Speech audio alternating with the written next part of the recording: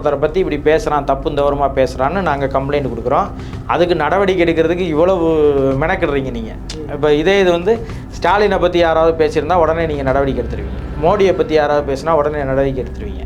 ஆனால் வேற ஒரு அரசியல் கட்சியினுடைய தலைவராக இருக்கிற சீமான் அவர்களை பேசும்போது சீமான் அவர்களை விமர்சிப்பதற்கு முழு தார்மீக உரிமை இருக்குது. அவர் செய்த தவறை சொல்லுங்கள், அவர் சொன்ன கருத்தில் முரண்பாடு இருக்குதுன்னு சொல்லுங்கள், இல்லை அவர் சொல்வதெல்லாம் நடக்காதுன்னு சொல்லுங்கள். சீமான் அவர்கள்னால் இன்றைக்கி ஒரு 100 இளைஞர்கள் ஒரு மாவட்டத்துக்கு சீமானுக்காக சாகிறதுக்கு துணிஞ்ச அளவுக்கு இன்றைக்கி இளைஞர்கள் இருக்கிறாங்க. அவங்க ஏதாவது ஒன்று நடந்துருச்சு, ஏதாவது ஒன்று செஞ்சுட்டாங்கன்னு வச்சுக்கோங்களேன், அது என்ன ஆயிரும்னா அண்ணன் மேலே தான் பழி விடும். அதை வழக்கறிஞர்களாக இருக்கிறவங்களும் என்னென்னா அவர் சொல்கிறத நம்பி இந்த மாதிரி வந்து முத்துப்பாண்டி இப்படி ஒரு கூலிப்படையை அழைச்சிட்டு வந்து இவரை கொல்ல பார்க்குறாருன்னு நம்புகிற அளவுக்கு அவர் சொல்லியிருக்கிறாரு என்னன்னு தெரியாது. அதை சொல்லி அவர் வந்து ஒரு ஃபால்ஸாக ஒரு கம்ப்ளைண்ட் கொடுக்குறாங்க. இது அவங்களுக்கு தான் அசிங்கம், எனக்கு கிடையாது. சுப்ரீம் கோர்ட்டில் போய் என்ன போடுவீங்கன்னு எங்களுக்கு தெரியும். ஏன்னா இஸ்லாமிய சிறைவாசி விடுதலையில் எப்படி என்ன செஞ்சீங்களோ அது மாதிரி அதாவது ஐக்கியத்தனத்தை செஞ்சுறாங்கன்றக்காக தான் திரும்ப திரும்ப சொல்கிறோம். அடுத்து வந்து அவரே மூடினதாக கூட இருக்கட்டுமே, நான் என்ன சொல்கிறேன், அறிக்கையை உடனே கொடுத்து அவரை கூப்பிட்டு உடனே ஸ்டாலினை கூப்பிட்டு பேசியிருக்கணும்ல. தம்பி நீங்கள் செய்கிறதெல்லாம் தப்பு தம்பி, இதெல்லாம் செய்யக்கூடாது தம்பி, நீங்கள் இந்த நேரத்தில் இந்த வேலையெல்லாம் செஞ்சீங்கன்னா நம்ம அரசுக்கு கெட்ட பேர் வந்துடும் தம்பி. சைலேஷ்குமார் யாதவ் பாடல் ஆசிரியரா கவிஞரா பெண்கள் இருந்திருக்கிறாங்க. எப்போ இருந்திருக்கிறாங்கன்னா சங்ககால இலக்கியங்கள்லேயே நீங்கள் பார்த்தீங்கன்னா பெண் கவிஞர்கள்ல எக்கச்சக்கமான பேர் இருக்காங்க. அவங்களெல்லாம் யார் படிக்க வச்சது? திராவிடம் படிக்க வச்சுச்சா? இப்போ இது போல தான் வந்து ஒவ்வொரு விடயத்திலையும் திமுக அரசு தான் கொடுத்த வாக்குறுதிகளை மக்களுக்கு எதிராக செயல்படுத்தி கொண்டிருக்கிறது. ஸ்டாலினுக்கு இதெல்லாம் தெரியுதா தெரியலையான்னு தெரில. இல்லைன்னா இதுதான் திமுகவோட கடைசி ஆட்சியாக இருக்கும்னா.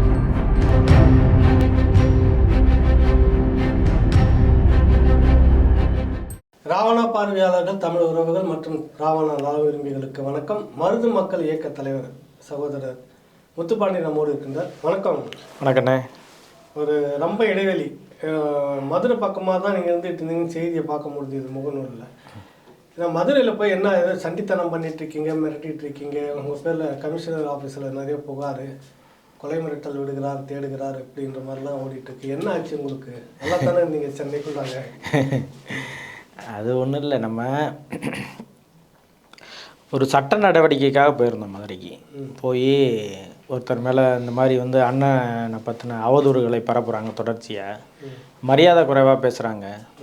அதுவும் குறிப்பாக வந்து திட்டமிட்டு அதாவது வந்து இல்லாத அதாவது வந்து உண்மைக்கு புறம்பான தகவல்களை சொல்வது, எதுவுமே வந்து உண்மை செய்தி இல்லாமல் பொய்யை பரப்புவது, இந்த மாதிரியான வேலைகளை செய்கிறாங்க. அதுவும் போக வந்து தனி மனித வன்மம் இருக்கு இல்லையா, அந்த மாதிரி இருக்காங்க. இன்னொன்று குடும்பத்தை பற்றி பேசுகிறாங்க, வைக்கிறாங்கன்னு சொல்லி ஒரு தாக்கம் இருந்து கொண்டே இருந்துச்சு. சரி, அதுக்கு ஒரு சட்ட நடவடிக்கையில் ஈடுபடுவோம். அண்ணன் ஏற்கனவே வந்து பேட்டியின் போது சொல்லியிருந்தாங்க, நம்ம விஜயலட்சுமி மேட்ரு ஓடிக்கிட்டு இருக்கும்போது வலசரவாக்கம் காவல் நிலையத்திலேருந்து வெளில வந்தவொடனே சொல்லியிருந்தாங்க, தமிழ்நாடு முழுவதும் இது மாதிரி பேசுகிறவங்க மேலெலாம் நம்ம சட்ட நடவடிக்கைக்கு ஈடுபடணும், எல்லாருக்கும் வக்கீல் நோட்டீஸ் கொடுக்க போகிறேன், எல்லார் மேலேயும் டெஃபர்மேஷன் சூட்டு போட போகிறேன்னு சொல்லியிருந்தாங்க. அதன் அடிப்படையில் மதுரையில் இயங்கி கொண்டு இருக்கிற ஒரு சேனலில் அதில் இருக்கிற பேசுகின்ற ஆள்கள் எல்லார் மேலேயும் ஒரு கம்ப்ளைண்ட்டு ஃபஸ்ட்டு கொடுத்துட்டு, ஏன்னா ப்ரொசீஜராக தான் கோர்ட்டுக்கு போகிறதுக்கு ப்ரொசீஜராக தான் ஃபஸ்ட்டு வந்து கம்ப்ளைண்ட் கொடுக்கணும். அப்புறம் போலீஸ் என்ன விசாரணை செய்கிறாங்கன்னு பார்த்துக்கிட்டு அதுக்கப்புறம் வந்து நீதிமன்றத்துக்கு போகணும். மனுவாக போய் நீதிமன்றம் போனோடனே நீங்கள் கம்ப்ளைண்ட் கொடுத்தீங்களான்னு கேட்கும் ஃபஸ்ட்டு எடுத்தோடனே. அப்போ நம்ம கொடுத்துருக்குறோம் அப்படின்னு சொல்லணும். அடுத்து ஒரு வக்கீல் நோட்டீஸ் அனுப்பணும், அதுக்கப்புறம் வந்து நீதிமன்றத்துக்கு போகணும். அதோட ப்ரொசீஜராக தான் அந்த வேலையை நம்ம செஞ்சோம். அதை வந்து நம்ம செவ்வாய்க்கிழமை திங்கக்கிழமை நம்ம எல்லாம் தயார் பண்ணிவிட்டு செவ்வாய்க்கிழமை கொண்டு போய் நம்ம மதுரையினுடைய கமிஷனர்கிட்ட வந்து அந்த புகார் மனுவை கொடுத்துருக்குறோம். யார் யார் பேசியிருக்கிறாங்க, என்னென்ன செய்தி பேசியிருக்கிறாங்கன்னு அந்த காணொலி எல்லாத்தையும் வந்து ஒரு இதில் பதிவு செஞ்சு, அப்புறம் அவங்க வச்சிருக்கிற கண்டென்ட் அதாவது வந்து என்னென்ன சொல்லியிருக்கிறாங்க அப்படின்றதெல்லாம் மென்ஷன் பண்ணி ஒரு சிடியில் வந்து காப்பி பண்ணியும் ஒரு மனுவாகவும் அவருக்கு மாவட்ட ஆணையருக்கு கொடுத்துருக்குறோம். மதுரை மாவட்டத்துடைய ஆணையர் அதாவது கமிஷனருக்கு கொடுத்துருக்கோம், சிட்டி கமிஷனர்கிட்ட கொடுத்துருக்குறோம். அவர் வாங்கிக்கிட்டு படித்து பார்த்துட்டு நான் நடவடிக்கை எடுக்கிறேன்னு சொன்னார். நீங்கள் டெஃபர்மேஷன் ஷூட்டுக்கு போகலாமே, ஏன் வந்து நீங்கள் இதுக்கு வரீங்கன்னா, டெஃபர்மேஷன் ஷூட்டுக்கு போகிறோம், ஏன் அது தனியாக ப்ராசஸ் நடக்குது, ஆனால் இருந்தாலும் நீங்கள் வந்து மதுரை ஜூரி ஸ்டேஷனில் அது வந்து இயங்குறதுனால, மதுரை முகவரியில் இயங்குறதுனால நீங்கள் அதுக்கு முறைப்படி நடவடிக்கை எடுங்கன்னு சொல்லி நம்ம முதல்ல வந்து ஒரு கம்ப்ளைண்ட் கொடுத்தோம். அதை வாங்கி வச்சுட்டு அவங்க விசாரணைக்கு அனுப்பியிருக்கிறாங்க. அவர் வந்து நான் வந்து சைபர் கிரைமுக்கு மாற்றுறேன் அப்படின்னு சொல்லி சொன்னார். இது வந்து சைபர் கிரைம் சம்மந்தப்பட்டது, அதனால் அந்த அதிகாரி வந்து விசாரிக்கட்டும், அவங்களுக்கு தான் இது குறித்து இந்த வீடியோ சம்மந்தமானதெல்லாம் அவங்களுக்கு தெரியும் அப்படின்னு சொன்னோடனே சைபர் கிரைமுக்கு மாற்றிட்டாங்க. சைபர் கிரைமுக்கு இன்ஸ்பெக்டர்கிட்ட போயிடுச்சு. அவர் மாற்றி வெள்ளிக்கிழமை எங்களை வந்து ஆஜராக சொல்லி வர சொன்னாங்க. யார் மனு கொடுத்துருக்குறாங்களோ அவங்கள வர சொல்லுங்கன்னு சொல்லி. மனு வந்து நம்ம மதுரையில் நாம் தமிழர் கட்சியினுடைய பொறுப்பாளர் அருண் ஜெய்சிலன் பேரில் தான் அந்த மனு கொடுக்கப்பட்டிருந்துச்சு. அவர் வந்திருந்தார், அவர் அழைக்கப்பட்டிருந்தார், அவரும் போயிருந்தாங்க, நானும் போயிருந்தேன். அப்போ இன்ஸ்பெக்டர் கூப்பிட்டு விசாரித்து என்ன பிரச்சனை, எதுக்காக இப்படி பேசுகிறாரு, வேறு எதுவும் அவருக்கு வந்து இன்டென்ஷன் இருக்கா, அவங்களுக்கு வேறு எதுவும் பகை இருக்கா என்ன ஏதுன்னு கேட்டார். அவங்க தரப்பு விடயங்களை சொல்லியிருக்கிறாங்க. அப்படி எங்களுக்கு ஒன்றும் இல்லை அப்படின்னு சொல்லி சொன்னாங்க. அப்புறம் நான் தனிப்பட்ட முறையில் வந்து என்னையும் அழைச்சி இன்ஸ்பெக்டர் பேசியிருந்தார். அப்போது என்கிட்ட கேட்கும்போது சொன்னார், நீங்களும் அந்த சேனல்லாம் பேசியிருக்கீங்களே அப்படின்னு சொல்லி சொன்னார். நமக்கு வேண்டியவர் தான், நம்ம நண்பர் தான் அவர், ஏற்கனவே நம்ம அங்கே பேசிக்கிட்டு தான் இருந்தோம். அவர் அண்ணன் சீமான் அவர்களை நாம் தமிழர் கட்சியும் எப்போ திட்ட ஆரம்பித்தாங்களோ, எப்போ அவதூறாக பேச ஆரம்பித்தாங்களோ, அதன் பிறகாக நான் பேட்டி கொடுக்குறதில்ல அப்படின்னு சொல்லி நான் அவரையே அழைச்சி நான் கொடுக்க மாட்டேங்கன்னு சொல்லிட்டேன். அதனால் அதிலேருந்து நான் அவருக்கு பேசுகிறதில்ல, அவங்க சேனலில் பேசுகிறது, நான் அந்த சேனலையும் பார்க்குறதில்ல. ஆனால் இப்போ இந்த இடையில வந்து அதிகமாக வருதுன்னு சொல்லி எல்லாரும் சொல்லவும், அப்புறம் நம்ம விமர்சிக்கிறது தவறா அப்படின்னு இல்லை விமர்சிப்பது, நான் ஒரு காவல் ஆணையர்கிட்டே அதான் சொன்னோம். நாங்கள் சீமானை விமர்சிப்பதில் இந்தியாவில் இல்லை, உலகத்தில் எல்லோருமே விமர்சனத்துக்கு உட்பட்டவங்க தான். யாரும் விமர்சனத்துக்கு உட்படாதவங்களே கிடையாது, எல்லாருமே விமர்சனத்துக்கு உட்பட்டவங்க தான். மோடியவே விமர்சிக்கிறோம், நாட்டினுடைய பிரதமர், தமிழ்நாட்டினுடைய சீஃப் மினிஸ்டர் இருக்கார் மு க ஸ்டாலினை விமர்சிக்கிறோம், இதுக்கு முன்னாடி இருந்த எடப்பாடியை விமர்சிக்கிறோம், ஜெயலலிதா அவர்களை விமர்சிக்கிறோம், கலைஞரை விமர்சிச்சிருக்கோம். காரணம் என்னென்னா, நம்ம எப்போதுமே வந்து அவதூறாக எதையும் பேசுறதில்ல, உண்மைக்கு புறம்பான எந்த செய்தியும் நம்ம பேசுறதில்ல. அவங்க செய்ததை கடும் சொற்களால் கோபத்தில் பேசுவோமே தவிர, அவங்க இதை பண்ணிட்டாங்க அதை பண்ணிட்டாங்கன்னு பேசுவோமே தவிர, அவங்க செய்யாத ஒன்றை நம்ம சொல்ல முடியாது. சொன்னால் நம்ம மேலே அவதூறு வழக்கு பாயும், நம்ம மேலே சும்மாவே நம்ம ஒன்றுமே பேசலாம், அவங்கள விடுதலை செய்யணும், ராபர்ட் பயாஸை விடுதலை செய்யணும் மேடையில் பேசுகிறோம், அதுக்கு நம்மளை சிறைப்படுத்தி உள்ளே வைக்கிறது இந்த அரசு. சாதாரணமாக அதை நான் இன்ஸ்பெக்டர்கிட்டே வாதமாக வச்சேன். நாம் தமிழர் கட்சியில் இது வரைக்கும் ஒரு 100-150 பிள்ளைகளை வந்து இது வரைக்கும் கைது செஞ்சுருப்பீங்க. என்ன காரணமாக இருக்கும்னா, வெறும் முகநூலில் பதிவு போட்டான்றது தான். முகநூலில் வந்து முதலமைச்சரை பற்றி தவறாக எழுதிட்டான்றதுக்காக கைது பண்ணி சிறைப்படுத்துகிறீங்க, உடனடியாக செய்கிறீங்க அரசு. ஆனால் ஒருத்தன் கன்ஃபஷன் ஸ்டேட்மெண்ட்டாக, அதாவது ஆதாரத்தோடு உட்காந்து வீடியோவாக காணொலி காட்சியாக ஒருத்தரை பற்றி இப்படி பேசுகிறான், தப்பு தவறுமாக பேசுகிறான்னு நாங்கள் கம்ப்ளைண்ட் கொடுக்குறோம். அதுக்கு நடவடிக்கை எடுக்கிறதுக்கு இவ்வளவு மெனக்கிடுறீங்க நீங்கள். இப்போ இது வந்து ஸ்டாலினை பற்றி யாராவது பேசியிருந்தால் உடனே நீங்கள் நடவடிக்கை எடுத்துருவீங்க, மோடியை பற்றி யாராவது பேசினா உடனே நடவடிக்கை எடுத்துருவீங்க. ஆனால் வேறு ஒரு அரசியல் கட்சியினுடைய தலைவராக இருக்கிற சீமான் அவர்களை பேசும்போது உங்களுக்கு ஏன் இந்த நடவடிக்கை வர மாட்டேதுன்னு நம்ம நேரடியாக அவர்கிட்டே கேட்டோம். அதுபோக நம்ம இந்த சட்ட நடவடிக்கை கேள்விக்கு என்ன பதில் வந்தது, அவர் சிரிச்சுக்கிட்டே மழுப்புறாருன்னு வச்சுக்கோங்களேன். அவர் இன்ஸ்பெக்டர், நான் நடவடிக்கை எடுக்கிறோம், முறையாக விசாரித்து நடவடிக்கை எடுக்கிறோம்னு சொல்லியிருக்கிறாங்க. இப்போ அவங்க தரப்பில் வந்து என்னென்னா, நமக்கு கொடுத்துருக்கிறது என்னென்னா, அந்த வீடியோ வந்து எப்போவுமே வந்து ஒரு சான்றிதழ் போல் கொடுப்பாங்க போல், அந்த சான்றிதழ் வந்து தர்றேன்னு சொல்லியிருக்கிறாங்க. அதாவது என்னென்னா, அவர் தான் அந்த வீடியோவை வெளியிட்டாரா, எந்த நேரத்தில் வெளியிட்டாருன்னு சொல்லி ஒரு ஆதாரம் போல் டெஸ்ட் பண்ணி ஒரு ஆதாரம் வரும் போல், அந்த ஆதாரத்துக்காக நாங்கள் அனுப்பியிருக்கிறோம். அது வந்த உடனே நாங்கள் நடவடிக்கை எடுப்போம்னு சொல்லியிருக்கோம். பிரச்சனை இல்லை, நீங்கள் மிரட்டினீங்களா, மிரட்டுற அளவுக்கு இறங்கியிருக்கீங்களா, சரியானதான் இல்லை. நம்ம மிரட்ட வேண்டிய தேவை என்ன இருக்குது, மிரட்ட வேண்டிய தேவை ஒன்றும் இல்லை. நான் வந்து அவரை நமக்கு வேண்டியவர் தெரிஞ்சவர்னால, அதில் பேசுகிற நண்பர்கள்லாம் நமக்கு வேண்டியவங்க, நான் மதுரையில் இருக்கிறதுனால எனக்கு எல்லாத்தையுமே தெரியும் இல்லையா. அப்படி இருக்கிறவங்க எல்லாத்துக்கிட்டையும் நானே அழைச்சி பேசினேன், நானே அழைச்சி சொன்னேன். என்ன சொன்னேன்னா, அவரை இப்படிலாம் போட சொல்லாதீங்க, தமிழ்நாடு முழுவதும் அவர் மேலே டெஃபர்மேஷன் ஷூட்டு போட போகிறாங்க, அது நமக்கு வேண்டியவராக இருக்கார், எதுக்கு இதை செஞ்சிட்ருக்காரு, அதை அவரை நிறுத்த சொல்லுங்கள், இதுக்கு மேலே இந்த மாதிரிலாம் காணொலி போட சொல்லாதீங்க. சீமான் அவர்களை விமர்சிப்பதற்கு முழு தார்மீக உரிமை இருக்குது. அவர் செய்த தவறை சொல்லுங்கள், அவர் சொன்ன கருத்தில் முரண்பாடு இருக்குதுன்னு சொல்லுங்கள், இல்லை அவர் சொல்வதெல்லாம் நடக்காதுன்னு சொல்லுங்கள். அவர் இப்படிலாம் சொல்கிறாரு, இந்த இதில் வந்து எனக்கு முரண்பாடு இருக்குதுன்னு சொல்லுங்கள், இல்லை இவர் பேசினது இந்த இடத்துல வந்து தவறுதலாக பேசிட்டாருன்னு சொல்லுங்கள், அதுக்கெல்லாம் உரிமை இருக்குது. ஆனால் ஒருத்தரை வந்து எதுவுமே செய்யாத ஒன்றை வந்து திருப்பி அவதூறு பரப்புறது இருக்குல்ல, அது வந்து எப்போவுமே ஆகாதுங்க. அது ஒரு தனி மனித வன்மத்தோடு போயிடுங்க, அது சரியாக வராது. அவரை வந்து அண்ணன் சீமான் அவர்கள் குறித்து போட்டிருக்கிற எல்லா காணொலியையும் நீக்க சொல்லுங்கள், இனிமேல் அண்ணன் சீமானை பற்றி பேசக்கூடாதுன்னு சொல்லுங்கள். இது 2 கண்டிஷன் இருந்துச்சுன்னா நான் வந்து தமிழ்நாடு முழுவதும் சிலது மட்டும் ஒரு கூடி பேசி அவங்களுக்குலாம் ஒரு வன்மத்தை தோன்ற மாதிரி பேச்சாவே இருக்குது. 2-3 இது கவனிச்சு இல்லை, அது இல்லை, அது வந்து எனக்கு அவரை தனிப்பட்ட முறையில் தெரியும்ன்றதுனால அவர் காணொலி எடுக்கும்போது என்ன செய்வார்னா, கேமராவை பேசிகிட்டே இருக்கும்போது இன்னும் கொஞ்சம் தோழர், இன்னும் கொஞ்சம் திட்டுங்க தோழர்னு சொல்லுவார். அப்புறம் காணொலியை அமர்த்திட்டு திருப்பி சொல்லுவார், இன்னும் கொஞ்சம் பேசுங்க அப்படின்னு சொல்லி வரும். இப்படி அதாவது எதிரில் உட்காந்துருக்கிறவரை வந்து தூண்டுவார். ஆனால் நான் வந்து என்கிட்ட இருக்கும்போது தோழர் எனக்கு என்ன பேசணும்னு எனக்கு தெரியும், நீ விடுங்க நான் என்ன பேசணும்னு தெரியும், நான் பேசிக்கிறேன் விடுங்கன்னு சொல்லுவேன். ஆனால் மற்றவங்க அப்படி ஆட்படுவாங்களா அப்படின்னு கேட்டால் அப்படி ஆட்படுவேன். இன்றைக்கி அதில் பேசிக்கிட்டு இருக்க நிறைய பேர் நான் நம்பர் கொடுத்து அவரை வந்து உருவாக்கி விட்டவங்க தான். அதை அவர் மறுக்க மாட்டார்னு நினைக்கிறேன்.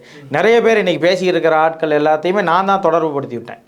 நான் தொடர்பு படுத்தி விட்ட ஆட்கள் மிரட்டலையே. நான் வந்து நண்பர்கள்ட்ட கூப்பிட்டு நான் சொன்னேன், இது மாதிரி அவர் ஒரு சட்ட நடவடிக்கையில் பாதிப்படைஞ்சிடக்கூடாது, இது மாதிரி எதுலேயும் மாட்டிக்கக்கூடாது, அவர் எதுவும் தெரியாமல் சட்டத்தினுடைய அளவுகோல் தெரியாமல் சட்டத்தினுடைய மதிப்பீடு தெரியாமல் அவர் பாட்டுக்கு ஏதாவது செஞ்சிட போகிறாரு, அவருக்கு எதுவும் பாதிப்பாயிடக்கூடாதுன்றக்கா சொன்னேன். இன்னொன்று என்னென்னா, தமிழ்நாடு முழுவதும் நம்ம இன்றைக்கி பார்த்துக்கிட்டே இருக்கிறோம்.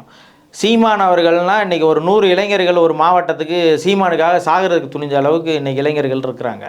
அவங்க ஏதாவது ஒன்று நடந்துருச்சு, ஏதாவது ஒன்று செஞ்சுட்டாங்கன்னு வச்சுக்கோங்களேன், அது என்ன ஆயிரும்னா அண்ணன் மேலே தான் பழி விடுவோம். இப்போ என்னென்னா சீமானு சொல்லி எதுவுமே செய்யாமல் நம்ம கமிஷனர் ஆஃபீஸில் பெட்டிஷன் கொடுத்ததுக்கே நம்ம கொலை பண்ண பார்க்குறோம்னு சொன்னவங்க உண்மையிலேயே ஏதாவது அடிதடியோ இல்லை யாரோ ஒருத்தர் அடிச்சிட்டாருன்னா அது என்ன ஆகும்னா அண்ணன் மேலே தான் அது வந்து அண்ணன் சொல்லி தான் நடந்துருச்சுன்னு சொல்லி ஒரு பழி ஆயிரும்ன்றதுக்காகத்தான் நான் அதை கமிஷனர்கிட்டையும் சொன்னேன், இன்ஸ்பெக்டர்கிட்டையும் சொன்னேன். ஐயா நாளைக்கு அவன் போகிறான் ரோட்டில் எவனா ஒருத்தன் அடித்து போட்டான்னு வச்சுக்கோங்க, அவன் ஊரையே வம்புழுத்து விட்டுருக்கான். நம்மளை மட்டும் சொல்லலை, அவன் அண்ணாமலையை வம்புழுத்துருக்கிறான், பிஜேபி காரங்களை போட்டு வம்புழுக்கிறான், விஜயகாந்த் மனைவியை போட்டு திட்டுறான், சரத்குமாரை வம்புழுத்து வச்சுருக்கிறாங்க, இப்படி ஊரில் உள்ள எல்லாத்தையும் வம்புழுத்து வச்சுருக்கிறாங்க. அதனால் இப்படி வம்புழுத்து வச்சுருக்கிறதுனால ஏதாவது ஒரு பிரச்சனையில் யாரோ ஒருத்தன் அடித்து போட்டான்னா அது நாம் தமிழர் கட்சின்னு பழி வந்துடக்கூடாதுன்றக்காகத்தான் நாங்கள் முன்கூட்டியே சட்ட நடவடிக்கைக்கு போகிறோம் அப்படின்றத இன்ஸ்பெக்டர்கிட்டையும் சொன்னேன், அவர் கமிஷனர்கிட்டையும் சொன்னேன். சரிதான் நீங்கள் சொல்கிறது சரிதான் நான் அப்படின்னா. அப்போ நான் சொன்னேன், நாளைக்கு இங்கே பாருங்கள், நாங்கள் அன்றைக்கி போய் உட்காந்து நாங்கள் விசாரணைக்கு போயிருக்க அன்றைக்கி தான் அவங்க கமிஷனர்கிட்ட கம்ப்ளைண்ட் கொடுக்குறாங்க.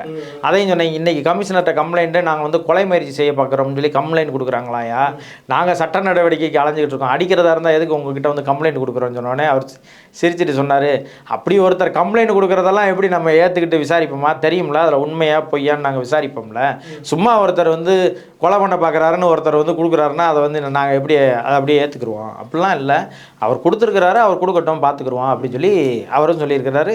நம்ம இப்போ இந்த கமிஷனர்கிட்ட கொடுத்த கம்ப்ளைண்ட்டும் விசாரணைக்கு வந்துச்சு. மதுரையில் வந்து தல்லாகுளம் ஸ்டேஷனுக்கு மாற்றிருக்கிறாங்க, தல்லாகுளம் காவல் நிலையத்துக்கு. அதில் வந்து நம்ம தம்பி ஒருத்தர் வந்து அலைபேசியில் அழைச்சி பேசுனதுக்கான ஒரு கம்ப்ளைண்ட்டு. அவர் அழைச்சி மிரட்டினாருன்னு சொல்கிறாங்க. அவர் சும்மா வந்து என்னென்ன அப்படின்னு சொல்லி பேசுகிறாரு, நார்மலாக பேசுகிறாரு. அதே போல் இன்னொரு அண்ணன், நம்ம அண்ணன் மதியண்ணன், அவங்க மேலேயும் கம்ப்ளைண்ட்டு. 2 பேரையும் அழைச்சிட்டு போய் விசாரணைக்கு போனாங்க. ஆனால் விசாரணைக்கு போனப்போ கம்ப்ளைண்ட் ஆகிருக்கிற நம்ம போன விசாரணைக்கு கம்ப்ளைண்ட் கொடுத்தவங்க வரல. கம்ப்ளைண்ட் யார் கொடுத்துருக்கிறாரு, கன்சர்ன் பார்ட்டி வந்து என்னை கொலை மிரட்டல் விட்டாங்கன்னு சொல்லியிருக்கிறார்ல, அவர் வரல விசாரணைக்கு. அப்போ இதிலிருந்து என்ன தெரியுதுன்னா, காவல்துறைக்கு என்ன தெரியுதுன்னா, இது வந்து ஒரு போலியான அம்பக் கம்ப்ளைண்ட்டு அப்படின்னு தெரியுது. இப்போ அவங்க சொல்லும்போது என்ன சொல்கிறாங்கன்னா, முத்துப்பாண்டி வந்து கூலிப்படையை அழைச்சிட்டு வந்து மதுரை நீதிமன்றத்துக்கு எய்த்தாப்பில் ஒரு அறை எடுத்து தங்க வச்சுருக்காங்கன்னு சொல்லி சொல்கிறாங்க. சரிதானே? அங்கே வந்து சிசிடிவி கேமரா காட்சி இருக்கும். நான் அறை எடுத்து ஒருத்தரை தங்க வச்சுருக்கிறேன்னா அங்கே சிசிடிவி கேமரா காட்சி இருக்கும்.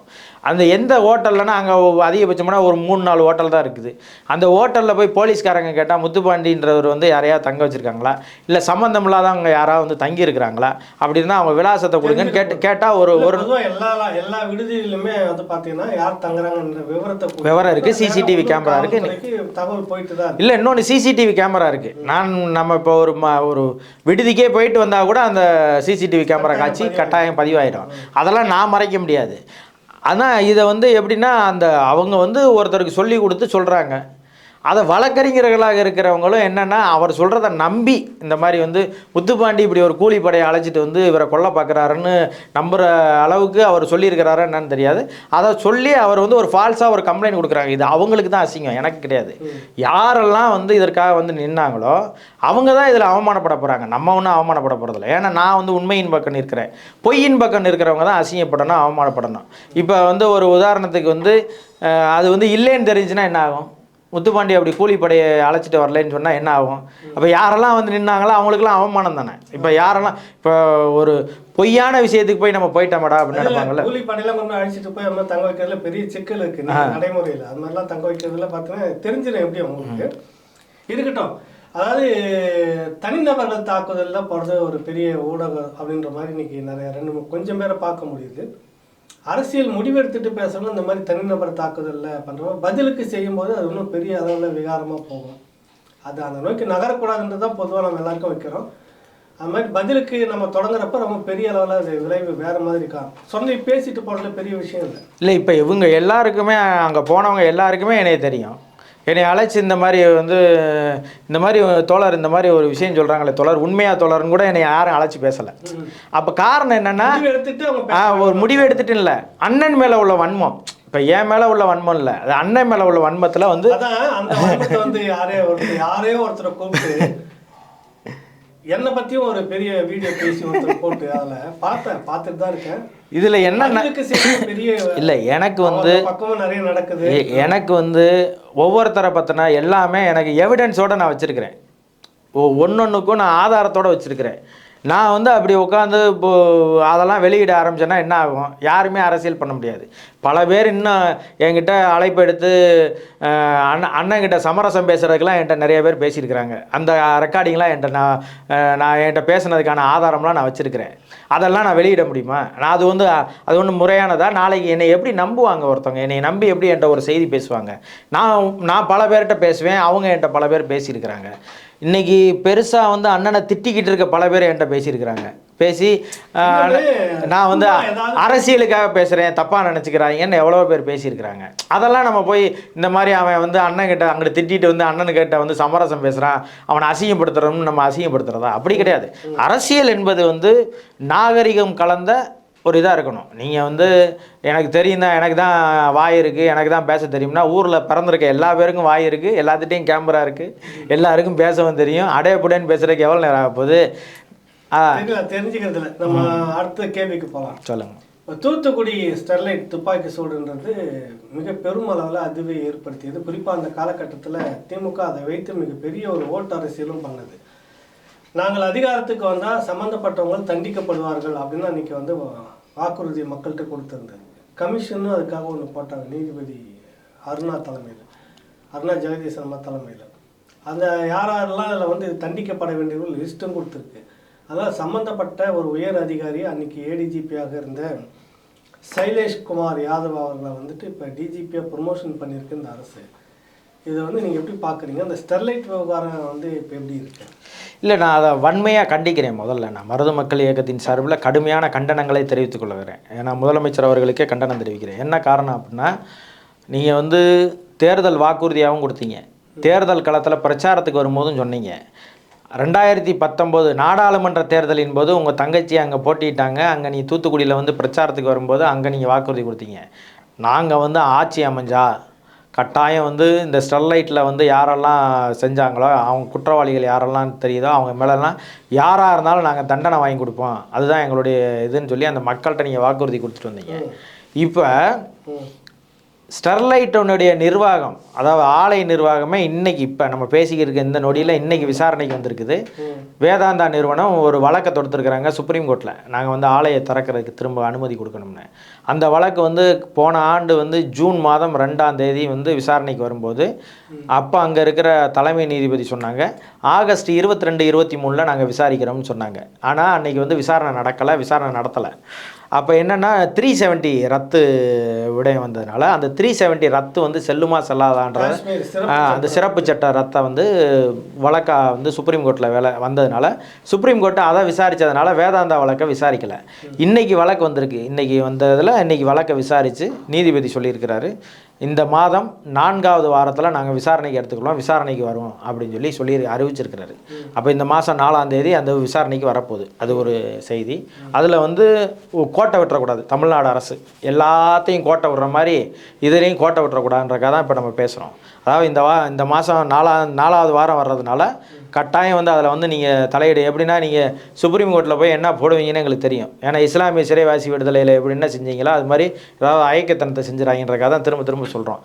அடுத்து வந்து சிபிஐ வந்து இந்த வழக்கை வந்து விசாரிச்சிச்சு. ஸ்டெர்லைட் வழக்கை வந்து ஸ்டெர்லைட்டில் யார் துப்பாக்கி சூடு நடந்துச்சோ, யார் சுட்டது, அதெல்லாம் விசாரணிக்கிறதுக்கு சிபிஐ வந்து ஒரு வழக்கு. அவங்க வந்து 2 குற்றப்பத்திரிக்கை தாக்கல் செஞ்சுருக்கு சிபிஐ டெல்லி கண்ட்ரோலில் இருக்குது. அவங்க வழக்கு தாக்குதல் செய்யும் போது என்ன சொன்னாங்க, குற்றப்பத்திரிக்கையில் என்ன சொல்கிறாங்கன்னா, மாவட்ட ஆட்சியர் அங்கே இல்லை களத்தில், அதே போல் வந்து சார் பதிவாளர்கிட்ட வந்து பொறுப்பை கொடுத்துட்டு போயிட்டார். இந்த உத்தரவை பிறப்பித்தது வந்து சேகர்னு சொல்லி அங்கே உள்ள ஒரு டெப்டி தாசில்தார் அவர் தான் இந்த உத்தரவை பிறப்பிச்சாருன்னு இருக்குது. வேறு வழி இல்லாமல் சட்ட ஒழுங்கை காப்பாற்றணுன்றக்காக வேறு வழி இல்லாமல் பிறப்பிச்சிட்டாரு. அதனால் அவர் மேலே எந்த குற்றமும் இல்லைன்னு சொல்லி சிபிஐ வழக்கு தாக்கல் செஞ்சுருக்குது, குற்றப்பத்திரிகை தாக்கல் செஞ்சுருக்குது. அடுத்து அதே போல் வந்து இந்த 17 பேரை வந்து அருணா ஜெகதீசன் ஆணையம் வந்து தண்டிக்கணும்னு சொல்லியிருக்கு. ஆனால் சிபிஐ என்ன சொல்லுதுன்னா அவர்களுக்கும் இந்த இதுக்கும் எந்த பொறுப்பும் இல்லைன்னு சொல்லுது. அதாவது இவங்களுக்கும் அதுக்கும் எந்த சம்மந்தமும் இல்லை, இந்த துப்பாக்கி சூடு நடந்ததுக்கும் இவங்களுக்கும் எந்த சம்மந்தமும் இல்லை, சுட்டுட்டு போயிட்டாங்கன்றதை தாண்டி அவங்களுக்கு எந்த விதமான முன்னேற்பாடும் கிடையாது. இவங்களை சுடணுன்ற நோக்கம்லாம் அவங்களுக்கு கிடையாது. சட்ட ஒழுங்கை பாதுகாக்கணுன்றதுக்காக துப்பாக்கி சூடு தான் நடத்தப்பட்டுச்சே தவிர மற்றபடி இவங்க தனி மனித வன்மத்தோடையோ திட்டமிட்ட தாக்குதலோடையோ இவங்க துப்பாக்கி சூடு நடத்தலை. அதனால் இவங்க யாருக்கும் இதில் பொறுப்பேற்க வேண்டிய அவசியம் இல்லைன்னு கொடுத்துருக்கு சிபிஐ. நம்ம எல்லாரும் என்ன நம்புவோம்னா சிபிஐ விசாரிக்கணும். இப்போ நம்ம வேங்கவேல் பிரச்சனை சிபிஐ விசாரித்தா நல்லா இருக்கும்னு சொல்லுவோம். இப்போ சிபிஐ இப்படி ஒரு மோசமான குற்றப்பத்திரிகையை தாக்கல் செய்திருக்குது. இப்போ இந்த குற்றப்பத்திரிகையின் அடிப்படையில் தான் அவங்க வாதத்தை வைப்பாங்க எங்கன்னா சுப்ரீம் கோர்ட்டில். யாரையும் தண்டிக்கக்கூடாது, இவங்களுக்கும் அதுக்கும் எந்த இன்டென்ஷனும் இல்லை, இவங்க யாரையும் பாதிக்கக்கூடாதுன்னு கொடுப்பாங்க. அப்போ வந்து சிபிஐயை நம்ம நம்ப முடியாத ஒரு மோசமான குற்றப்பத்திரிகையை கொடுத்துருக்குது. இப்போ சுப்ரீம் கோர்ட்டில் வழக்கு வரப்போகுது. வேதாந்தா என்னைய வந்து ஆலையை திறக்கிறதுக்கு அனுமதி கொடுங்கன்னு கேட்க போகுது. இப்போ இந்த ரெண்டையும் எப்படி வந்து தமிழ்நாடு அரசு எதிர்கொள்ளும்னு நம்ம நினச்சிக்கிட்டு இருக்க நேரத்தில் சைலேஷ்குமார் யாதவ் அந்த 17 பேரில் ஒரு ஆளாக இருக்கார். அவர் தான் அப்போ தென்மண்டல ஐஜியாக இருந்தார். அவரை வந்து நீங்கள் பதவி உயர்வு கொடுக்குறீங்கன்னா அப்போ உங்களுக்கு நோக்கம் என்னவாக இருக்குது? சிபிஐயினுடைய அறிக்கையை அப்படியே ஏற்க போகிறீங்களா, இல்லை அருணா ஜெகதீசன் அறிக்கையை புறந்தள்ள போகிறீங்களா, இல்லை இவங்க சுப்ரீம் கோர்ட்டில் போய் ஆலையை திறந்துக்கலான்னு சொல்ல போகிறீங்களா? இந்த 3 கேள்வி தான் நம்ம அரசை நோக்கி வைக்க வேண்டியது இருக்குது. ஆனால் அருணா ஜெகதீசனுடைய அறிக்கையில் பார்த்தீங்கன்னா பிரமாதமாக அவங்க கொடுத்துருக்குறாங்க. கிட்டத்தட்ட ஒரு 3000 பக்கங்கள் கொண்ட அறிக்கையை கொடுத்தாங்க. போன ஆண்டே கொடுத்துட்டாங்க. போன ஆண்டு கொடுத்து ஒரு ஆண்டு ஆயிடுச்சு அறிக்கையை கொடுத்து. ஆனால் அறிக்கையினுடைய இதை வந்து இது வரைக்கும் எடுத்து இவர் வாசிச்சாரா வாசிக்கலையா, இல்லை யாராவது அதிகாரி வாசித்து சொன்னாங்களா சொல்லலையான்னு நமக்கு தெரியல யாருக்கு, முதலமைச்சருக்கு. அதில் மிக முக்கியமாக அவங்க குறிப்பிடுறது என்னென்னா துப்பாக்கிச்சூடு நடத்துவதற்கு காரணமாக இருந்தது இன்னென்னு சொல்லி அவங்க பேரை முதற்கொண்டு ஐஜி, டிஐஜி, அந்த மாவட்டத்தினுடைய எஸ்பி, டிஎஸ்பி, அப்புறம் வந்து வருவாய்த்துறை பொறுப்பாளர்கள் வந்து ஒரு 4 பேர், அவங்க 4 பேர் மென்ஷன் பண்ணி மொத்தம் 17 பேரை மென்ஷன் பண்ணி அந்த அம்மா கொடுத்துட்டாங்க. இவங்களெல்லாம் வந்து தண்டிக்கணும், இவங்களெல்லாம் இந்த குற்றச்செயலில் ஈடுபட்டிருக்காங்கன்னு சொல்லி அந்த அம்மா கொடுத்துட்டாங்க. ஆனால் இதை எதையுமே எடுத்துக்கொள்ளாமல் அரசு வந்து கண்டுகொள்ளாமல் இருக்குது. ஒருத்தருக்கு வந்து அந்த குற்றச்சாட்டில் ஈடுபட்டவருக்கே யாதவுக்கே பதவி உயர்வு கொடுக்குதுன்னா அப்போ அவங்களோட நோக்கம் என்னவா இருக்குது அப்படின்ற ஒரு கேள்வி இருக்குது. இவங்க கூட்டணி கட்சியில் இருக்கிற எல்லா பேரும் அதை கண்டிக்கிறாங்க. யாரோ முதலமைச்சரை கண்டிக்கிறாங்க, அவருடைய பதவியை வந்து கொடுக்கக்கூடாது, பதவி உயர்வு கொடுக்கக்கூடாது, அவர் ஸ்டெர்லைட் வழக்கில் இருக்கிறாரு, அவரை இது பண்ணுங்கன்னு சொல்லி சிபிஐ கொடுத்துருக்குறாங்க, சிபிஎம் கொடுத்துருக்குறாங்க, விடுதலை சிறுத்தைகள் கொடுத்துருக்குது. இவங்க தானே முக்கியமான கட்சிகள். இன்னும் ஐயா வந்து கொடுத்துட்டாரா என்னன்னு பார்க்கல, நான் வைகோ அவர்கள் கொடுத்துட்டாரா என்னன்னு தெரில. அவர் பையன் வந்து கொடுப்பாரு, ஏன்னா ஸ்டெர்லைட்டை மூடுனதே நான் தான் சொல்லிக்கிட்டு இருக்காரு. அவரே மூடினதாக கூட இருக்கட்டுமே. நான் என்ன சொல்கிறேன், அறிக்கையை உடனே கொடுத்து அவரை கூப்பிட்டு உடனே ஸ்டாலினை கூப்பிட்டு பேசியிருக்கணும்ல. தம்பி நீங்கள் செய்கிறதெல்லாம் தப்பு தம்பி, இதெல்லாம் செய்யக்கூடாது தம்பி, நீங்கள் இந்த நேரத்தில் இந்த வேலையெல்லாம் செஞ்சீங்கன்னா நம்ம அரசுக்கு கெட்ட பேர் வந்துடும் தம்பி. சைலேஷ்குமார் யாதவ் நாங்கள் கொடுக்க மாட்டோம், நீங்கள் சொல்லணும்ல. நீங்கள் தானே மாறுதட்டுறீங்க, நாங்கள் தான் ஸ்டெர்லைட்டை மூடணும்னு மாறுதட்டுறீங்கல்ல, அப்போ நீங்கள் தானே செய்யணும். அதுக்காக கேட்குறேன் நான். நாங்கள் மாறுதட்டலை, நாங்கள் தான் மூடணும்ல, நாங்கள் சொல்லலை, நீங்கள் தான் மூடுனீங்க. அதனால் தயவுசெய்து கூப்பிட்டு சொல்லுங்கள். 13 பேர் உயிர் போயிருக்குப்பா, ஒருத்தர் உயிர் 2 பேர் உயிர் இல்லை, 13 பேர் உயிர், மக்களினுடைய உயிர் போயிருக்கு. இது போக நீங்கள் வந்து வாக்குறுதியாக கொடுத்துருக்கிறீங்க, தேர்தல் அறிக்கையாக கொடுத்துருக்கிறீங்க, நாங்கள் வந்தால் உடனே நடவடிக்கை எடுப்போம்னு சொல்லியிருக்கிறீங்க. இன்னொன்று அருணா ஜெகதீசனுடைய அறிக்கையில் அவங்க சொல்கிறது என்ன சொல்கிறாங்கன்னா, இந்த இவங்க மாவட்ட ஆட்சியர் அலுவலகத்துக்கு அவங்க மனு கொடுக்க தான் வந்தாங்க. அந்த மனு கொடுக்க வந்த போராட்டம் வந்து 100வது நாள் போராட்டத்தன்னைக்கு தான் மனு கொடுக்க வர்றாங்க. இந்த 100 நாள் போராட்டத்தில் நடந்து கொண்டு இருக்கும்போது மாவட்ட ஆட்சியர் ஒரு தடவை கூட அவங்களோட அமைதி பேச்சுவார்த்தை நடத்தாது ஏன்னு கேள்வி கேட்டிருக்காங்க. ஒரு தடவையாவது இப்போ நம்ம பகுதியில் ஒரு பிரச்சனை நடக்குதுன்னா, தாசில்தார் லெவல்லையாவது, ஒரு ஒன்றியத்தில் பிரச்சனை நடக்குதுன்னா தாசில்தார் லெவல்லையாவது போய் ஒரு பீஸ் கமிட்டி மீட்டிங் போடுவாங்க, இல்லை ஒரு அமைதி பேச்சுவார்த்தை நடத்துவாங்க. என்னம்மா பிரச்சனை, உங்கள் கோரிக்கை நிறைவேறல, அது அப்புறம் அவருடைய அதிகாரத்துக்கு உட்பட்டு என்ன செய்ய முடியுமோ அதை வந்து நீங்கள் போய் பேச்சுவார்த்தை நடத்துறதுக்கு உங்களுக்கு முழு அதிகாரம் இருக்குது. நீங்கள் உடனே போய் கேட்கணும். கேட்டு என்ன செய்யணும்னா, ஆமாம் இந்த மாதிரி உங்கள் கோரிக்கையை நான் மேலே அரசுக்கு அனுப்புகிறேன், முதலமைச்சருக்கு அனுப்பிவிட்றேன், இல்லை உள்துறை செயலாளருக்கு அனுப்புகிறேன்னு சொல்லி கேட்டிருக்கணும். ஆனால் இந்த 100 நாட்களில் அவர் ஒரு நாள் கூட போகலைன்னு அந்த அம்மா குறிப்பிட்றாங்க. இதை அமைதி பேச்சுவார்த்தைக்கு ஒரு முறை கூட அவங்கள போய் சந்திக்கலை அப்படின்னு சொல்லி கூப்பிடுறாங்க. இன்னொன்று என்னென்னா, இவங்க கலவரம் செய்யும் எந்த நோக்கோடும் அவர்கள் வரவில்லை. ஏன்னா வந்தவங்க யாருக்கிட்டையும் கம்பு கிடையாது, கட்டை கிடையாது, ஆயுதங்கள் கிடையாது, எந்த ஆயுதமும் இல்லாமல் நிராயுத பாணியாக மக்கள் நடந்து வந்தார்கள்னு குறிப்பிடுறாங்க. அப்போ அவங்களுக்கு நோக்கம் வந்து என்னென்னா மனு கொடுக்கறது மட்டும்தான் நோக்கமாக இருந்திருக்குது. அப்போ மனு கொடுக்க வருகிறவர்களை நீங்கள் காவல்துறை நினச்சிருந்தா ஒரு தடுத்து நிறுத்தி போராட்ட களத்தில் இருக்கிற அந்த ஆட்களில் ஒரு 10 முக்கியமான ஆட்கள் வாங்க, உங்கள் போராட்ட குழுலேருந்து ஒரு 10 பேர் வாங்க, அவங்கள நாங்கள் அழைச்சிட்டு போய் மாவட்ட ஆட்சியரை சந்திக்க வைக்கணும்னு சொல்லியிருந்தால் இதில் ஒரு கலவரமும் நடந்திருக்காது, ஒரு துப்பாக்கி சூடு நடந்திருக்கு வாய்ப்பு இல்லை. ஆனால் இவர்கள் திட்டமிட்டு துப்பாக்கி சூடு நடத்த வேண்டும் என்று முன்கூட்டியே தீர்மானம் பண்ணதுனால தான் அந்த ரைஃபிள்லாம் கொண்டு வராங்க, மேலே ஏறி துப்பாக்கி சூடு நடத்துகிறாங்க. இதெல்லாம் நடந்திருக்கு. அவங்க விசாரணையில் இன்னொன்று சொல்கிறாங்கன்னா, ஒருத்தரை விசாரிக்கும் போது கேட்டிருக்காங்க, செத்து போன ரஞ்சித்ன்றவருடைய நண்பர்கிட்ட விசாரணை நடந்திருக்கு. அவர் வாக்குமூலம் கொடுக்கும்போது சொல்லியிருக்கிறாரு, நான் நிற்கிற இடத்துல 3 பேர் சுட்டு சாகடிக்கப்பட்டாங்க. அதில் என் நண்பன் ஒருத்தர் ரஞ்சித் ஒன்று, மீதி 2 பேர் யாருன்னு எனக்கு தெரியாது. அவங்க 3 பேர் என் கண்ணு முன்னாடி சுட்டு வீழ்த்தப்பட்டாங்க. நான் கண்ணுக்கு எட்டிய தூரம் வரைக்கும் பார்த்தேன், எங்கேயுமே போலீஸ்காரங்க இல்லை அப்படின்ற வாக்குமூலத்தை கொடுத்துருக்கிறாரு அருணா ஜெகதீசன் அறிக்கையில். அப்போ அவங்க கேட்கும் போது என்னவா இருக்குது அப்படின்னா, கண்ணுக்கு எட்டிய தூரம் வரைக்கும் காவல்துறையே இல்லைன்னா அப்போ எங்கேருந்து சுட்டிருப்பாங்க? இப்போ துப்பாக்கி சூடுன்றது மேலே தூக்கி சுடுவாங்க, அப்புறம் கீழே சுடுவாங்க, கண்ணீர் புகை கொண்டு வீசுவாங்க, தண்ணி பீச்சி அடிப்பாங்க. இதெல்லாம் முடிஞ்சதுக்கு பிறகு தான் துப்பாக்கி சூடு நடத்துவாங்க. துப்பாக்கி சூடு நடத்துவாங்க. எடுத்தவொடனே துப்பாக்கி சூடு இது வரைக்கும் இந்தியாவிலே எங்கேயும் நடத்தினதில்லை. இராணுவம் வேணால் எவனையாவது சுட்டு கொண்டிருக்கோம், இராணுவம் வேணால் யாரையாவது ஒருத்தரை சுட்டுக் கொள்றதுக்கு அனுமதி இருக்குது, தீவிரவாதின்னு சொல்லிட்டு போயிடலான்னு வச்சுக்கோங்க. மக்களை எப்படி நீங்கள் சுட்டுக் கொள்வதற்கு எந்த அரசாங்கம் அனுமதி கொடுத்துருக்கு? இது வரைக்கும் எவன் செஞ்சுருக்கிறான்னு நினைக்கிறீங்க? நீங்கள் வந்து பரமக்குடி கலவரம் நடக்கும்போது ஜெயலலிதா அவர்கள் வந்து ஒரு 6 பேரை சுட்டு கொண்டாங்க. அப்போ கூட போலீஸ் வந்து தடியடி அடித்தான், விரட்டி விட்டான். அதெல்லாம் கேட்காம தான் துப்பாக்கி சூடு நடந்துச்சு. துப்பாக்கி சூடு நடந்த ஏற்கலை, நம்ம எதிர்க்கிறோம். ஆனால் நான் என்ன சொல்கிறேன், குறைந்தபட்சம் தடியடியாவது நடந்துச்சு. இங்கே அது எதுவுமே நடக்கலை. இவன் சொல்கிறேன் கண்ணுக்கு எட்டின தூரம் வரைக்கும் காவல்துறையே நான் பார்க்கலன்னு சொன்னான்னா அப்போ எவ்வளவு மோசமான ஒரு நடவடிக்கையை இந்த காவல்துறை திட்டமிட்டு செஞ்சுருக்குன்னு நமக்கு ப்ரூஃப் ஆகுது. பார்த்தீங்களா? இப்படி வந்து ஒவ்வொன்றும் அருணா ஜெகதீசன் நம்ம அவங்களுடைய அறிக்கைக்கு உண்மையிலே ராயல் செல்யூட் அடிக்கணும். அந்தளவுக்கு மிக தெளிவாகவும் துல்லியமாகவும் ஒவ்வொரு டைம் விசாரணை நடத்தி அவங்க வந்து அறிக்கையை தாக்கல் செஞ்சுருக்கிறாங்க. அந்த அறிக்கையை ஓராண்டுகளாக இந்த அரசு படிக்கவே இல்லை, படித்து எதுவும் பேசலை. சட்டமன்றத்தில் இது ஏதாவது விவாதத்துக்கு வரும்னு பார்க்குறோம். விவாதத்தை பேசுகிறதுக்கு 2 கட்சி தான் இருக்குது, ஒன்று திமுக, இன்னொன்று அதிமுக. அதிமுக பேசாது, ஆமாம் பேசாது. திமுக தான் செய்ய வைக்கணும், அவர்களும் செய்ய மாட்டாங்க. அவங்களும் பேச மாட்டாங்க. இன்னொன்று அதிகாரத்தில் இருக்காங்க, அவங்க எதிர்கட்சியாக கூட இல்லை, நடவடிக்கை எடுக்கிற இடத்துல இருக்கிறாங்க. ஆனால் நடவடிக்கை எடுக்கிற இடத்துல இருக்க திமுக என்ன செய்யுதுன்னா, ஒருத்தன் எவன் சுட்டானா அவனுக்கே வந்து பதவி உயர்வு கொடுக்குதுன்னா இது எவ்வளோ அயோக்கியத்தனமான அரசாக இருக்குன்னு பாருங்கள் நீங்கள். இப்போ இது போல தான் வந்து ஒவ்வொரு விடயத்திலையும் திமுக அரசு தான் கொடுத்த வாக்குறுதிகளை மக்களுக்கு எதிராக செயல்படுத்தி கொண்டிருக்கிறது. ஸ்டாலினுக்கு இதெல்லாம் தெரியுதா தெரியலையான்னு தெரில. இல்லைன்னா இதுதான் திமுகவோட கடைசி ஆட்சியாக இருக்கும் நான் நினைக்கிறேன். ஏன்னு சொன்னால் இதுதான் வந்து திமுகவுடைய இறுதி பயணம். இதுதான், இதோட முடிஞ்சிடும். திமுகவோட சகாப்தமே இந்த ஆட்சியோடு முடிஞ்சிடும்னு நான் நினைக்கிறேன்.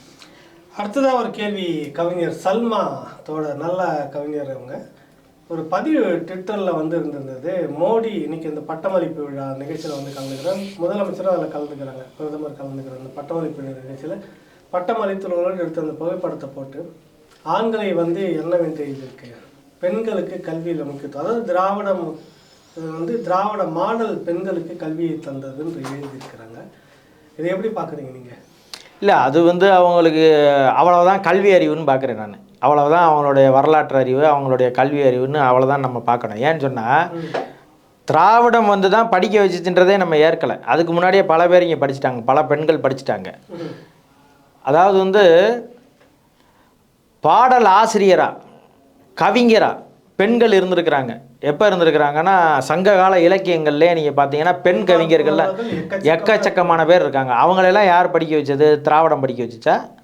பிரிட்டிஷ் காலத்துல இந்த பெண்கள்லாம் பதவியில் கல்விக்கு காமராஜரை விட வேற யாரும் செய்யலை. சரி, உங்கள் விழுக்காடை விட கேரளா அதிகமா இல்லை தமிழ்நாடு அதிகமா? விழுக்காட்டில் அதிகம் வந்து கேரளாவில் எந்த திராவிடம் போய் படிக்க வச்சு? அங்கே திராவிட மாடலாக போனீங்கன்னா விளக்கமாத்தையும் செருப்பையும் எடுத்து அடிச்சு போடுவாங்க. யார் பிரணாய் விஜயனே அடிப்பாப்புல. திராவிடம்னா அவரே ஏற்க மாட்டார். ஏன்னா அந்த நிலைமையில் இருக்குது. நீங்கள் சித்தராமையாவுக்கிட்ட போங்க, கர்நாடகாவுக்கு போங்க, கர்நாடகாவில் உள்ள பெண்களெல்லாம் நீங்கள் தான் படிக்க வச்சிங்களா? கர்நாடகா தான் அதிகமான சாஃப்ட்வேர்ஸ் கம்பெனிஸ் உள்ளது, அங்கே தான் நிறைய வேலை வாய்ப்புகளை கொடுத்து வச்சுருக்கிறான். அதெல்லாம் யார்? திராவிடம் தான் படிக்க வச்சுச்சா? இந்திய அளவில் நீங்கள் கணக்கிட்டிங்கன்னா தமிழ்நாட்டில் மட்டும்லாம் பெருசாக இந்தியாவிலே அதிகமாக படிப்பறிவு உள்ள மாநிலம் வந்து இது கேரளா.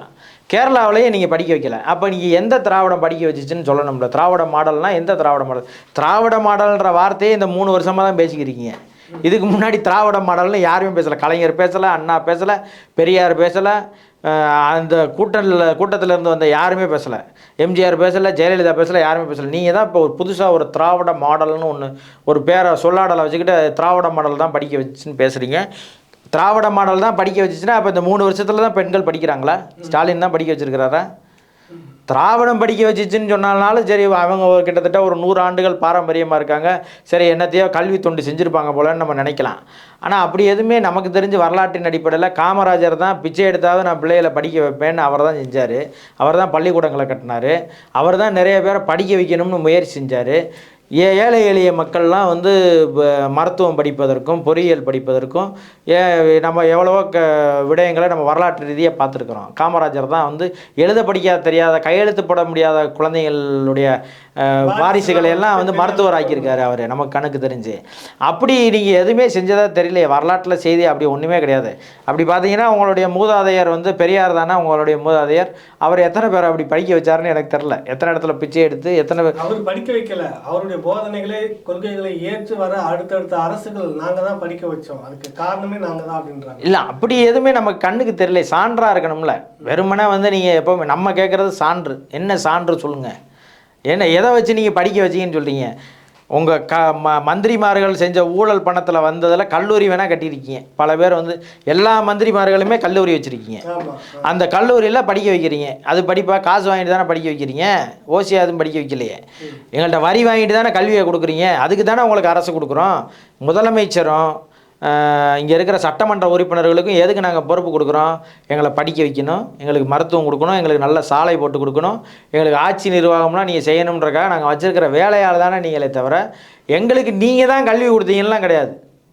உங்களுக்கு முன்னாடி கல்வி கொடுத்தவங்களாம் இருக்கிறான். ஆனால் நீங்கள் என்ன சொல்கிறீங்கன்னா அடுத்தவன் இதை வந்து உங்களுக்கு எடுத்து வச்சு களவாண்டு திருட்டுறீங்க.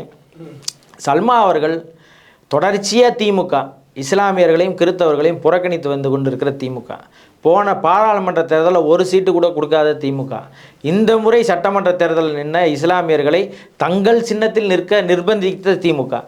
இப்படி வந்து நம்ம சொல்லிக்கிட்டே போகலாம் திமுகவை. இஸ்லாமிய சிறைவாசிகளின் விடுதலையிலே அப்படியே நேரெதிராக உச்சநீதிமன்றத்தில் போய் இவர்கள் இன்னும் அதே மனநிலையில் இருக்கிறார்கள், அவர்களை விடுதலை செய்யக்கூடாது என்று மனு போட்ட திமுக. இந்த வருகின்ற 2024 பாராளுமன்ற தேர்தலில் எத்தனை இஸ்லாமியர்களுக்கு சீட்டு கொடுக்கும் இந்த திமுக? போன சட்டமன்ற தேர்தலில் யார் யாருக்கெல்லாம் கொடுத்துச்சு? இப்போ இங்கே ஆவடியிலேருந்து நாசர்னு ஒருத்தருக்கு அமைச்சர் பதவி கொடுத்து வச்சுருந்துச்சு. அவரை ஏன் தூக்குச்சு திமுக? 2 அமைச்சர் பதவி கொடுத்து வச்சுருந்தீங்க, அவரை ஏன் தூக்குச்சு? அப்போ அவரை தூக்கியிருந்தீங்கன்னா அவருக்கு பதில் வேற ஒரு இஸ்லாமியரை நீங்கள் வந்து இது பண்ணியிருக்கணும்ல, அமைச்சர் பதவி கொடுத்துருக்கோம்ல. அப்படி கொடுக்கல திமுக. எத்தனை மேயர்கள் வந்து திமுக வந்து இஸ்லாமியர்களை கொடுத்துருக்குது அப்படின்ற கேள்வியெல்லாம் இருக்குல்ல. இப்படி அடுக்கடுக்கான பல கேள்வி இருக்குது. திமுகவில் வந்து 33% இடஒதுக்கீட்டை திமுக வந்து சட்டமன்ற உறுப்பினர்களையும் நாடாளுமன்ற உறுப்பினர்களையும் கொடுக்குமா அப்படின்ற ஒரு கேள்வி இருக்குது. அது செய்யுமா? முதல்ல சல்மா அவர்கள் அதை செய்வாங்களான்னு கேட்குற கேள்வி. பெண்களுக்கான இடஒதுக்கீட்டின் அடிப்படையில், அதாவது அரசாங்கம் சொல்லியிருக்கிற இடஒதுக்கீட்டின் அடிப்படையில் 33% வாய்ப்பு கொடுப்பாங்களா? இந்த பாராளுமன்ற தேர்தலில் 33%னா கிட்டத்தட்ட 13 சீட்டு வந்து பெண்களுக்கு கொடுக்கணும். 13 சீட்டு பெண்களுக்கு கொடுக்குமா திமுக? கொடுத்துச்சுன்னா அப்புறம் பேசுங்க, நீங்கள் திராவிட மாடல் இதை செஞ்சிச்சுன்னு. அடுத்த சட்டமன்றத்தில் வந்து 234 இடத்துல குறைந்தபட்சம் 75 இடத்துல வந்து திமுக கொடுக்குமா? சீட்டு கொடுக்குமா? சீட்டு கொடுத்தா நீங்கள் திராவிட மாடல்னு பேசுங்க, இல்லாட்டினா பேசாதீங்க. அதை பேசுறதுக்கு உங்களுக்கு அருகதையே கிடையாதுன்றது தான் நம்மளுடைய கேள்வி. ஆனால் எங்கள் அண்ணன் செந்தமிழன் சீமான் நாடாளுமன்றத்திலையும் சட்டமன்றத்திலையும் போட்டியிடுவதற்கு 50% இடஒதுக்கீட்டை பெண்களுக்கு கொடுத்துருக்கிறார். அது வந்து நாங்கள் செஞ்சு காட்டுறோம். இன்னும் நாங்கள் அதிகாரத்துக்கு வரல, அதிகாரத்துக்கு வந்தால் இன்னும் நிறையா செஞ்சு காட்டுவோம். அதிகாரத்தில் இல்லாத போதே நாங்கள் இதெல்லாம் செய்து காட்டியிருக்கிறோம். இதெல்லாம் செய்து காட்டிட்டு நீங்கள் சொல்லுங்கள். அப்படி எதையுமே செஞ்சு காட்டாமல் நாங்கள் தான் படிக்க வச்சோம்னு பொதுவாக சொல்லாதீங்கன்னு தான் நான் உங்களுக்கு சொல்ல விரும்புகிறேன். சல்மா அவர்கள் தொடர்ச்சியாக திமுகவின் முட்டு சுவரை தாண்டி வெளியில் வரணும்னு நான் விரும்புகிறேன். அவங்க அதிலிருந்து விடுதலை அடையணும்னு நினைக்கிறேன். இதிலிருந்து திமுகவினுடைய முட்டுச்சுவரிலிருந்து விடுதலை அடைவதற்கு நான் அவங்களுக்கு கோரிக்கை வைக்கிறேன். தயவுசெய்து அந்த முட்டுச்சவத்தை தாண்டி வெளியில் வாங்க. வெளியில் பறந்து கிடக்கிற உலகம் வந்து பெருசு, அந்த உலகத்துக்குள்ளே வாங்கன்னு நான் அவங்களுக்கு சொல்கிறேன். நல்லது, நன்றி, வணக்கம். நன்றி அண்ணே.